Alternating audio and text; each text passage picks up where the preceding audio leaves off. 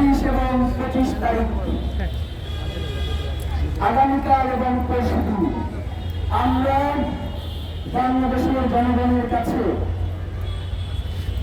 আহ্বান করছি, আপনারা শহীদ ওসমান হাদির স্মরণে বাংলাদেশের প্রতিটা রাস্তায় প্রতিটা দেয়ালে আপনারা শহীদ ওসমান হাদি যে স্বাধীনতা সার্বভৌমত্বের কথা বলেছেন, ইনসাফ কায়েমের জন্য যে তার বাড়ি আজকে পুরো বাংলাদেশে ছড়িয়ে দিয়েছে, আপনারা দেয়াল লিখনের মধ্য দিয়ে গ্রাফিতির মধ্য দিয়ে তার এই সংগ্রামকে পুরো বাংলাদেশের জনগণের কাছে উপস্থাপন করুন।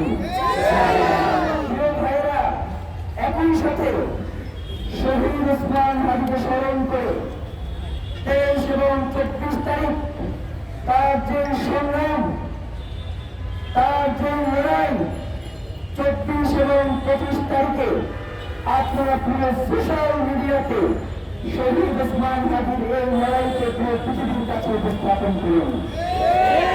আগামী 24 এবং 25 তারিখ বাংলাদেশের জনগণের কাছে আপনারা শহীদ ওসমান হাদির এই বার্তাগুলো পৌঁছে দিন।